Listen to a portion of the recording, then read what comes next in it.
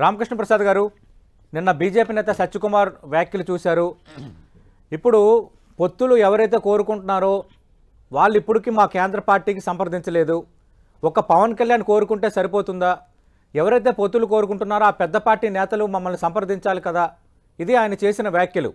మరోవైపు సంక్రాంతిలోపు పొత్తులపై స్పష్టత ఇస్తామని 2 రోజుల కిందటే వ్యవహారాల ఇన్ఛార్జిగా ఉన్న తరుణ్ చుగ్ ఒక ప్రకటన కూడా చేశారు.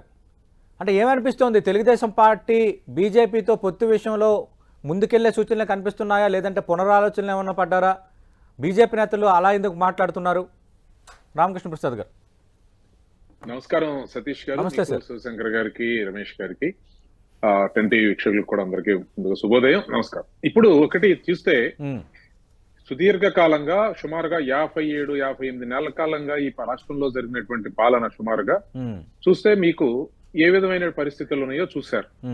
సిద్ధాంత వైరుధ్యం ఉన్నటువంటి రాజకీయ పార్టీలన్నీ కూడా ఒకే వేదిక మీదకి వచ్చి పోరాడినటువంటి సందర్భం ఈ రాష్ట్రంలోనే చూసాం. అంటే ఆ విధమైనటువంటి పాలన, ఈ అరాచకపు పాలన, అసందర్భపు పాలన, లేదంటే విపరీతమైనటువంటి ధోరణులతో చేసినటువంటి పాలన ఈ రాష్ట్రంలోనే జరిగింది. కాబట్టి ఈ రోజు మీరు చూస్తే మనకి ఏ విధంగా అయినా సరే ఈ రాష్ట్రంలో ఈ ప్రభుత్వం, వైసీపీ ప్రభుత్వం గనక ఉంటే ఈ రాష్ట్రం అధోగతి పాలవుతుంది అనే దానికి అందరూ కూడా ఒక ఏకాభిప్రాయానికి రావడం జరిగింది. అన్ని రాజకీయ పార్టీలు, ప్రజా సంఘాలు, వివిధ కోణాల్లో. ఇది ఒక కోణం. రాజకీయాల్లో ఒకటి సతీష్ గారు, మనం రకరకాలైనటువంటి పొత్తుల్ని ఏర్పాట్లు జరుగుతూ ఉంటాయి. అంటే ఉద్యమాల సందర్భంగా రాజకీయ పార్టీలు లేదంటే ఇతర వేదికల మీద ఒక రకంగా పోరాటం చేస్తారు. ఎన్నికలకు వెళ్లే సమయంలో పొత్తులు ఒక రకంగా కుదురుతా ఉంటాయి. ఇప్పుడు భారతీయ జనతా పార్టీకి మాకు వచ్చేటప్పటికి ఇదేమి విచిత్రమైనటువంటి అంశమేం కాదండి. తెలుగుదేశం పార్టీ భారతీయ జనతా పార్టీతో భారతీయ జనతా పార్టీ తెలుగుదేశం పార్టీతో సుదీర్ఘ కాలం సన్నిహిత సంబంధాలు ఉన్నటువంటి రాజకీయ పార్టీలు.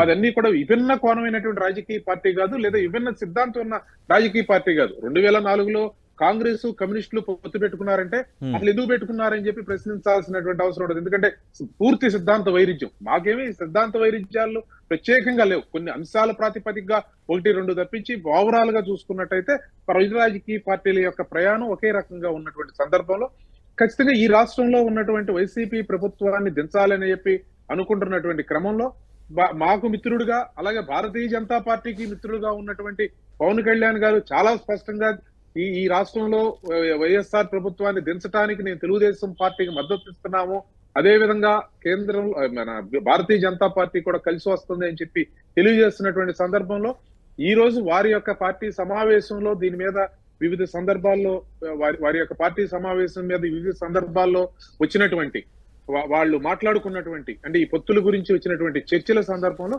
ఖచ్చితంగా తెలుగుదేశం పార్టీ పరంగా కూడా ఈ విధమైనటువంటి ఎన్నికలు వస్తా ఉన్నటువంటి దశలో ఆ విధమైనటువంటి ప్రక్రియ జరుగుతూ ఉంటుందండి. వారు ఎట్లయితే చర్చించుకుని అధిష్టానం యొక్క నిర్ణయం కోసం ఉంటారో, తెలుగుదేశం పార్టీ కూడా మా యొక్క అభిప్రాయాలను తీసుకుంటా మా అభిప్రాయాలతో పాటుగా వారు కూడా ముందుకెళ్లేటువంటి క్రమం కొనసాగుతూ ఉంటుంది. ఇది 2 రాజకీయ పార్టీల మధ్య అధిష్టానాలు తీసుకోవాల్సినటువంటి సందర్భంలో వివిధ అంశాలన్నీ కూడా దీనిలో క్రోడీకరించుకుంటా ఉంటే ఈ వివిధ అంశాలు మాట్లాడుకునేటువంటి సందర్భం ఉంటుంది.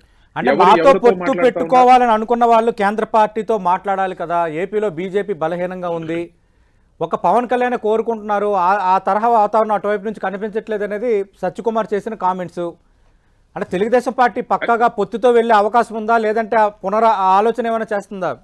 రామకృష్ణ ప్రసాద్ గారు, ఇప్పుడు అదే సార్, నేను ఇప్పుడు వివిధ సందర్భాల్లో మాకు మిత్రులుగా ఉన్నటువంటి, అలాగే భారతీయ జనతా పార్టీ కూడా మిత్రులుగా ఉన్నటువంటి పవన్ కళ్యాణ్ గారు స్పందించినటువంటి విధానం ఒక పక్క, ఈ రాష్ట్రంలో ఉన్నటువంటి రాజకీయ పరిపాలనా పరమైనటువంటి అంశాలలో అన్ని రాజకీయ పార్టీలతో కలిపి మేము చేసినటువంటి ఉద్యమాలు, దానిలో భారతీయ జనతా పార్టీ మాతో కలిసి ప్రయాణం చేసినటువంటి విధానం వివిధ సందర్భాల్లో ఈ రాష్ట్రం అదంతా అయిపోయింది సార్. ఇప్పుడు రామకృష్ణ ప్రసాద్ గారు అదంతా అయిపోయింది. ఇప్పుడు పొత్తులు ఉంటాయా ఉండవా? ఎందుకంటే ఒకవైపు వైసీపీ ఏమో అభ్యర్థులకు సంబంధించి మార్పులు చేసేస్తోంది, మాకు తెలుగుదేశం పార్టీ ఆల్రెడీ కొందరు ఇన్ఛార్జీలకు సంబంధించి కసరత్తు చేస్తోంది, మీ పార్టీలో కొందరు నేతలు చేరుతున్నారు, అలాగే జనసేన, టీడీపీ కలిసి కార్యక్రమాల రూపకల్పన కూడా చేసేస్తున్నాయి.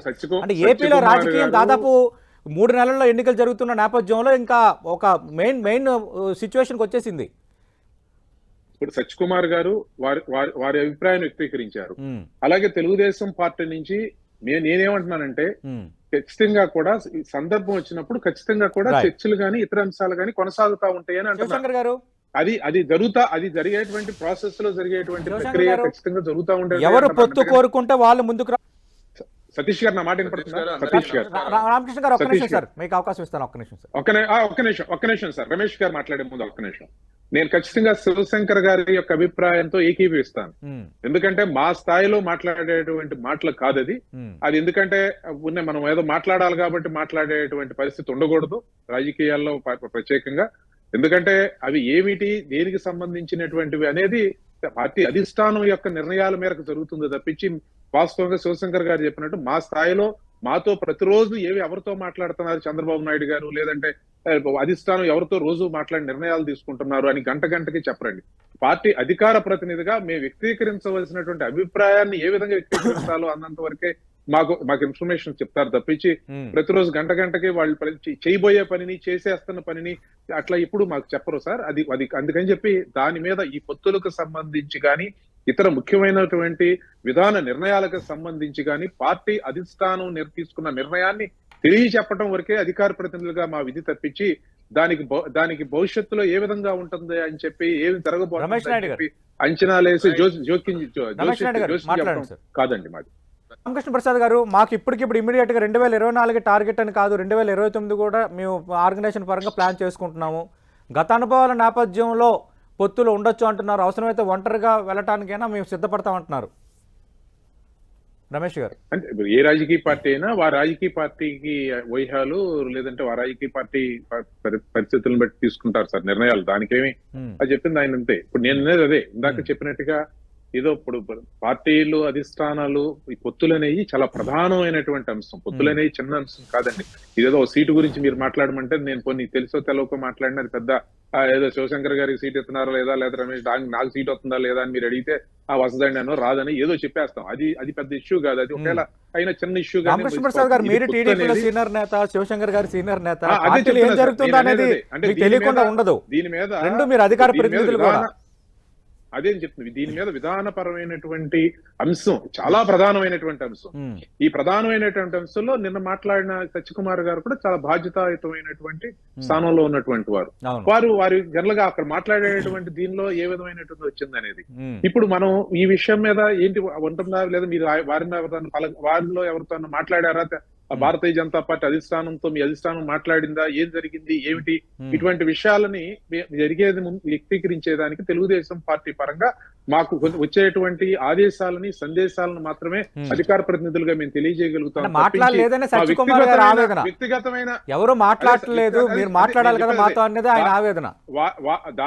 వారు మాట్లాడినటువంటిది కానీ లేదా ఇతర అంశాలు రమేష్ నాయుడు గారైనా, శివశంకర్ గారైనా, ఇంకే రాజకీయ పార్టీ ప్రతినిధులైనా మాట్లాడినప్పుడు దాని మీద మేము ఏ విధంగా ఎంత మేరకు స్పందించాలి అనేటువంటి ముఖ్యమైన అంశాలు. కొన్నిటి మీద మేము స్వతంత్రంగా మాట్లాడతాం, కొన్నిటి మీద మా యొక్క భావనలు వ్యక్తీకరిస్తా ఉంటాం, అది మా పార్టీ నిర్ణయంగా కూడా చెప్తా ఉంటాం. 5 వేరు ఇటువంటి వాటి మీద స్పందించేటప్పుడు, ఎందుకంటే సున్నితమైనటువంటి అంశాలలో పార్టీ యొక్క ఆదేశాలు, సందేశాల మేరకే మేము స్పందిస్తాం తప్పించి అది ఒకటి.